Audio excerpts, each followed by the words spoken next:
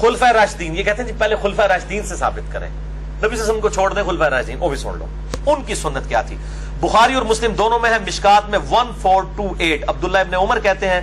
کہ میں نے نبی صلی اللہ علیہ وآلہ وسلم، سیدنا ابو بکر اور سیدنا عمر رضی اللہ تعالی عنہما وعلیہم السلام کے ساتھ عیدین کی نمازیں پڑھی ہیں۔ یہ سب لوگ نماز عید کو خطبے سے پہلے پڑھا کرتے تھے۔ یہ اتنی تکرار کیوں آ رہی ہے؟ گل وچ کوئی اور ہے، اندر کی بات کوئی اور ہے، بٹوین دا ورڈز کوئی اور چیز ہے۔ پھر اسی حدیث کا ایک طریق آتا ہے اسی سے ملتا جلتا، بخاری اور مسلم دونوں میں، صحیح بخاری میں 5573، صحیح مسلم میں 5098 اور الموطا امام مالک میں ڈیٹیل کے ساتھ ہے۔ یہ ابو عبید تابعی کہتے ہیں کہ میں نے سیدنا عمر کے ساتھ عید کی نماز پڑھی، انہوں نے پہلے نماز پڑھائی اور پھر خطبہ دیا اور فرمایا کہ نبی صلی اللہ علیہ وآلہ وسلم نے عید الفطر اور عید الاضحیٰ کے دن روزہ رکھنے سے منع فرمایا اور فرمایا کہ یہ خوشی کے دن ہے، اور پھر سیدنا عمر نے کہا کہ تم اس دن قربانی کا گوشت بھی کھاتے ہو بڑی عید والے دن، اور یکم شوال یعنی چھوٹی عید کو تم روزہ بھی نہیں رکھتے ہو، یہ خوشی کے دن ہے۔ پھر وہ تابعی کہتے ہیں کہ پھر میں نے سیدنا عثمان کے ساتھ بھی عید کی نماز پڑھی، حضرت عمر کا دور ختم ہو گیا، سیدنا عثمان کا دور آ گیا، تو کہتے ہیں کہ انہوں نے بھی عید کی جو نماز ہے وہ خطبے سے پہلے پڑھائی، اور بائی چانس اس دن جمعے والے دن عید آئی تو سیدنا عثمان نے اپنی تقریر میں کہا کہ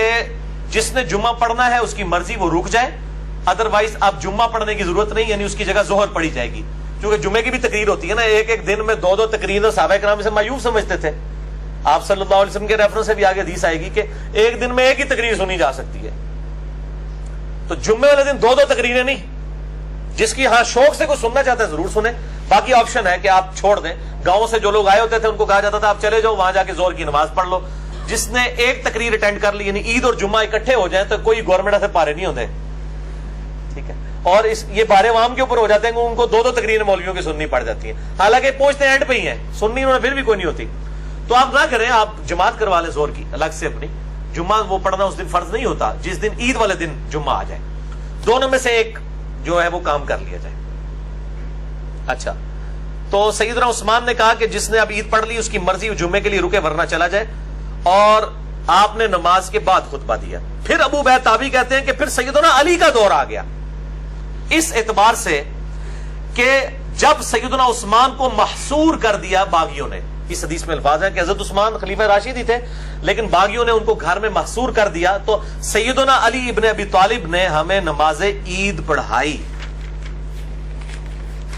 عیدگاہ میں جا کے۔ ظاہر ہے کہ حضرت عثمان کو تو باہر نہیں نکلنے دے رہے تھے، تو سیدنا علی کی ڈیوٹی لگائی گئی سیدنا عثمان کی طرف سے کہ آپ میرے بہاف کے اوپر عید کی نماز لوگوں کو پڑھائیں، تو سیدنا علی نے بھی عید کی نماز پہلے پڑھائی اور خطبہ اس کے بعد دیا۔ یہ کیوں اتنی تکرار ہو رہی ہے؟ گل وچ کوئی اور کی گل ہے، اور سنو تسی 8ویں حدیث، یہ حدیث بخاری اور مسلم دونوں میں موجود ہے، صحیح بخاری میں اس کا نمبر ہے 956، صحیح مسلم میں 2053، اور شکر ہے یہ مشکات میں بھی موجود ہے، ویسے گل وچ کوئی اور ہے، مشکات میں کم ہی ہوتی ہیں، مشکات میں 1452، یہ دکھا دیں ذرا ان کو، میں نے جو ہے یہ آج قیام اللیل کرنے سے پہلے اس کو نشان لگا لیا تھا، یہ جناب نمبر دکھا دیں ان کو، یہ پیج بھی ہائی لائٹ کر دیں۔ مشکات المصابیح میں انٹرنیشنل نمبرنگ کے مطابق 1452 ہے، بخاری مسلم دونوں میں موجود ہے، یہ انڈر لائن بھی میں نے کیے ہیں کچھ الفاظ، میں اس حدیث کو بریف کرتا ہوں، پہلے آپ اس کو دیکھ لیجئے، اسی طریقے سے کیمرے میں بھی آ جائے گا تاکہ بعد میں سمجھانا مجھے آسان ہو جائے گا کہ یہ بدعت کس نے شروع کی کہ اس نے جمعے کی نماز کی طرز کے اوپر خطبہ جو ہے وہ تقریر جو ہے وہ نماز سے پہلے شروع کروا دی، وہ اب آپ سن لیے۔ ابو سعید خدری رضی اللہ تعالیٰ عنہ کہتے ہیں اسی حدیث میں، بخاری مسلم دونوں میں مشکات 1452، کہ عید الفطر اور عید الاضحیٰ کے لیے جب نبی صلی اللہ علیہ وآلہ وسلم تشریف لے جاتے تو پہلے نماز پڑھتے،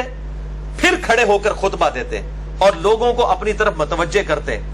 اور پھر کوئی لشکر بھیجنا ہوتا تو بھیجتے، پھر صدقے کی ترغیب دلاتے، خواتین سب سے زیادہ صدقہ اور خیرات کیا کرتی تھی، اور پھر آپ صلی اللہ علیہ وآلہ وسلم گھر تشریف لے جاتے، اور یہ معمول ایسے ہی رہا حتیٰ کہ مروان بن حکم کا دور آ گیا۔ مروان بن حکم اسی مدینہ شریف میں جہاں ابو سعید خدری رہتے تھے، یہ مکے اور مدینے یعنی حجاز کا گورنر بنایا گیا تھا حضرت معاویہ کی طرف سے رضی اللہ تعالیٰ عنہ۔ وہ کہتے ہیں جب مروان گورنر بنا، ان کا جب زمانہ آ گیا تو ابو سعید خدری کہتے ہیں ظاہر ہے کہ وہ حاکم وقت نہیں، گورنر وقت نہیں نماز پڑھانی ہوتی تھی، وہ کہتے ہیں کہ مروان کی کمر پر ہاتھ رکھ کر میں نماز عید کے لیے آیا، یعنی بوڑھے ہو چکے تھے ابو سعید خدری، اور یہ 74 ہجری میں فوت ہوئے ہیں، حضور کے بعد 63 سال تک زندہ رہے ہیں ابو سعید خدری، اور کثرت سے جو 7 صحابہ احادیث روایت کرنے والے ہیں ان میں ابو سعید خدری بھی شامل ہے۔ کہتے ہیں میں بوڑھا ہو چکا تھا، میں مروان بن حکم کی کمر پر ہاتھ رکھ کر نماز عید کے لیے روانہ ہوا، حتیٰ کہ ہم عیدگاہ پہنچے تو کہتے ہیں میں نے دیکھا کہ کثیر ابن الصلت نے گارے اور اینٹوں کا ممبر تیار کر رکھا ہے۔ پہلی بدعت، ممبر تیار کیا، اصل میں انہوں نے کتے دے مول نہیں سی کوئی پوچھتا، مولا علی تے گالا نہیں کٹتے سن ممبر ہوتے، تو ان کے پاس یہی ایک موقع آتا تھا، جیسے آپ اعتکاف بیٹھتے ہیں تو آپ ویسے تو علماء کی تقریریں نہیں سنتے، اعتکاف میں آپ علماء کے قابو آئے ہوتے ہیں تو وہ آپ کو فجر کے بعد بھی درس، زور کے بعد بھی درس، عصر کے بعد بھی درس، تو وہ آپ کو عجیب مصیبت میں ڈال دیتے ہیں۔ پھر رات کو قیام میں کوئی اور کھڑا ہو نہ ہو، لیکن اعتکاف والوں سے سارے ایکسپیکٹ کر رہے ہوتے ہیں کہ انہوں نے رات کھلونا چاہیے، یہ یعنی لوہے دے بڑے ہوئے نے دیہڑی درس دے رہے، رات انہوں نے قیام کھلا دے رہے، اس طریقے سے ان کو تو کوئی پوچھتا ہی نہیں تھا، تو انہوں نے اسپیشل ان کے لیے تو بڑا ایک عید کا دن اس اعتبار ہوتا ہے چلو ان لوگ زبردستی ساڑی گالتے سنیں گے، لیکن مسئلہ کیا تھا کہ عید کی جو تقریر ہے وہ نماز کے بعد ہوتی ہے، لوگ نماز پڑھ کے کھسک جاتے تھے، جس طرح ابھی بھی لوگ چلے جاتے ہیں، ظاہر ہے کہ وہ تقریر سننا کوئی واجب تو نہیں ہے نا، اور یہ تقریروں کے اندر کہتے تھے علی پر لعنت، علی سے محبت کرنے والوں پہ لعنت، ابن زبیر پہ لعنت، ابن زبیر سے محبت کرنے والوں پر لعنت، نعوذ باللہ من ذالک۔ یہ بنو امیہ کے لوگ، ان کی تقریر کسی موئے سننی سی کسی نے، تو انہوں نے کیا پائی یہ کام کر رہے ہیں کہ تقریر انہیں بعد ہی نہیں سننی، اسی پہلے ہی کر لینا ہے تقریر، تو انہوں نے یہ سنت ہی بدل دی کہ عید کی نماز کے بعد والی تقریر کو پہلے لے آئی۔ جو میں اتنی حدیثیں بخاری مسلم سے پہلے بتا رہا ہوں کہ صحابہ ترتیب بتا رہے ہیں، پہلے تقریر ہوتی تھی اور جو ہے وہ بعد میں نماز ہوتی تھی، اور پہلے نماز ہوتی تھی اور بعد میں تقریر کیوں یہ شروع ہو گئی، وہ کیا یہ اصل مسئلہ ہے۔ یہ حدیث بخاری مسلم کی آگے چلتی ہے، مروان کی کمر پر ہاتھ رکھ کر میں عیدگاہ پہنچا تو میرے سے پہلے ہی کثیر ابن سلط نے گارے اور اینٹوں کا ممبر تیار کر رکھا تھا، مروان مجھے اپنا ہاتھ کھینچ کر ممبر کی طرف لے کے جا رہا تھا۔ ابو سعید خدری کو، یہ بوڑھے ہو چکے تھے، یہ بیچارے سہارے سے آئے مروان کے، اور مروان بھی بزرگوں کو ساتھ لے کے آیا کہ لوگ کہیں کہ جناب یعنی کہ یہ بھی ساڑھے نال لیں، لیکن آج بھی وہ لوگ بزرگ لوگوں کو مہمان خصوصی بنا دیتے ہیں نا تاکہ ان کی جو چیزیں پیچھے چھپ جائیں، اسی لیے تو حضرت حسین کے اوپر تلوار رکھی جا رہی تھی کہ آپ بیعت کریں، کہ مطلب حسین نے بیعت کر لی باقی کوئی نہ بھی کرے خیر ہے، لیکن حسین بھی ڈٹا رہا، انہوں پتا سی کہ میں بیعت کر لی تو آل امیہ اور آل عباس کی بدماش جو ملوکیت ہے یہ دین کا حصہ بن جائے گی۔ سیدنا حسین کا سٹیٹس باقی صحابہ والا ہے ہی نہیں تھا، وہ کمپرومائز کر لیتے بیڑا غرق ہو جاتا، باقی سارے صحابہ کا بیعت کرنا کوئی معنی نہیں رکھتا تھا جب تک سیدنا حسین بیعت نہ کرے آن دا بہاف آف پروفٹ، وہ نبی صلی اللہ علیہ وسلم کی اولاد میں سے تھے، اہل بیت میں سے تھے۔ تو یہاں پہ بھی ابو سعید خدری کہتے ہیں وہ مجھے کھینچ رہا تھا ممبر کی طرف، اب وہ بےچارے بوڑھے ہو چکے ہوئے تھے، وہ بےچارے پہلے ہی سارے کے ساتھ آئے ہیں اور وہ اب ان کو پکڑ کے گھسیٹ رہے ہیں، اور کہتے ہیں کہ میں مروان کو جو ہے مسلح کی طرف کھینچ رہا تھا۔ اندازہ کریں، یعنی یہ آل امیہ ورسز صحابہ کرام، ایک کہتے ہیں یہ صحابہ دے گستاخ ہے، وہ صحابہ دے گستاخ ہے ہی آل امیہ۔ ابو سعید خدری اس کو گھسیٹنے لگے کہ تو پہلے نماز پڑھا، تو وہ پھر آگے سے کہنے لگا ابو سعید، اللہ اکبر، یہ ہے جرت، وہ کہتا ہے قد ترک ما تعلم، ابو سعید تجھے پتا ہے کہ وہ اگلی سنتیں جو ہیں یہ ختم ہو چکی ہیں، استغفر اللہ لعنت اللہ علی الکاذبین، جو نبی صلی اللہ علیہ وسلم کے طریقے کو کہ یہ ختم ہو چکا ہے اور وہ اپنی بدعت جاری کرتے ہیں۔ یہ نواقض اسلام نہیں ہے، یہ کتابیں جناب لکھ کے محمد بن عبد الوہاب صاحب کی بانٹتے ہیں، نواقض اسلام، جی کن چیزوں سے انسان اسلام سے باہر ہو جاتا ہے، 10 نواقض اسلام پائی جی۔ نواقض اسلام کا پہلواں فتویٰ جو ہے نا وہ مروان بن حکم کے اوپر لگتا ہے، جس نے نبی صلی اللہ علیہ وآلہ وسلم کی سنت کے بارے میں ابو سعید خدری صحابی کو کہا کہ تجھے نہیں پتا یہ طریقے ختم ہو چکے ہیں۔ اچھا اب وہ صحابی خاموش نہیں ہوئے ہیں، ابو سعید خدری انہوں نے کہا ہرگز نہیں، اس ذات کی قسم جس کے قبضہ قدرت میں میری جان ہے، یعنی میں بوڑھا ہو چکا ہوں، مجھے پتا ہے تھی مروا چڑھ دو بندے نو، میری جان اس کے اللہ کے قبضے میں ہے، مجھے اس اللہ کی قسم کہ اے مروان تو خیر و بھلائی پر نہیں ہے. یہ بات آپ رضی اللہ تعالیٰ عنہ 3 بار آپ نے ریپیٹ کی اور غصے سے ممبر سے دور چلے گئے, یعنی ممبر تک پھر اس کے ساتھ نہیں گئے کہ تو نے جو بدعت کرنی ہے اکیلے کر, منو میں مانے خصوصی بنا کے نہ کر. اور وہ اتنے بوڑھے ہو کر بھی وہ سہارا سے لے کے آئے ہوئے تھے, لیکن انہوں نے پھر وہ سہارا بھی نہیں لیا کہ میری وجہ سے کہیں انڈورس نہ ہو جائے آل امیہ کہ جی ابو سعید خدری بھی تو ساتھ کھڑے ہیں تو وہ بھی تو صحابی ہے نا. تو انہوں نے انڈورس کر دیا کہ مروان کا عمل یہ صحیح ہے, اور یہ مروان بھی خود نہیں ہے, یہ حضرت معاویہ کا گورنر ہے حجاز کا. آپ اندازہ کریں, بولے اعوذ باللہ تعالی. تو یہ آج کل مطلب فتاوی کمیٹی علماء عرب کی اور نواقض اسلام اور یہ سب کچھ سعودی عرب والے نکال رہے ہیں کہ نواقض اسلام میں مروان بن حکم کو بھی ڈالے نا, پھر پتہ چلے گا.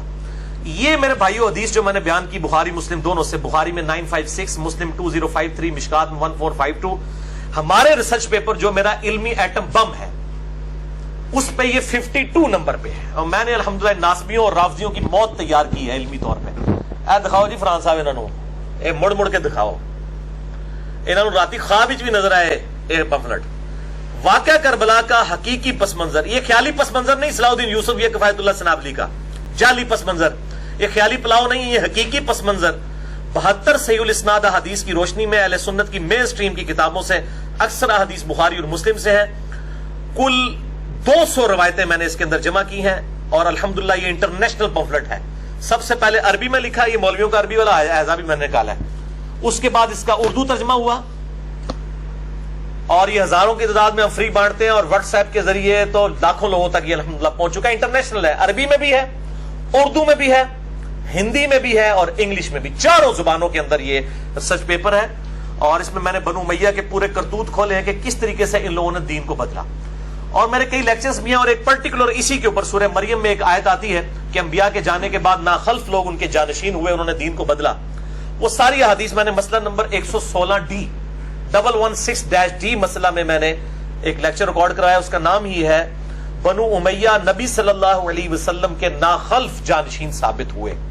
اس میں بھی میں نے یہ حدیث بیان کی ہے. باقی اس ریسرچ پیپر میں تو بہت کچھ ہے. باقی مسئلہ نمبر 101 بھی دیکھ سکتے ہیں, 102 بھی دیکھ سکتے ہیں, اور میرا ایکسکلوسیو کوسچن آنسر سیشن 5 گھنٹے کا, وہ دیکھ لئی سارے دے پاری ہے. مسئلہ نمبر 157A اور 157B, اور اب ماشاءاللہ 175A 175B وہ 6.5 گھنٹے کا آ چکا ہے الحمدللہ. جو پچھلے پوری رمضان کی رات ہم نے جا کے اور ساری کے بعد بھی 2.5 گھنٹے تک جا کے وہ ریکارڈ کروایا الحمدللہ.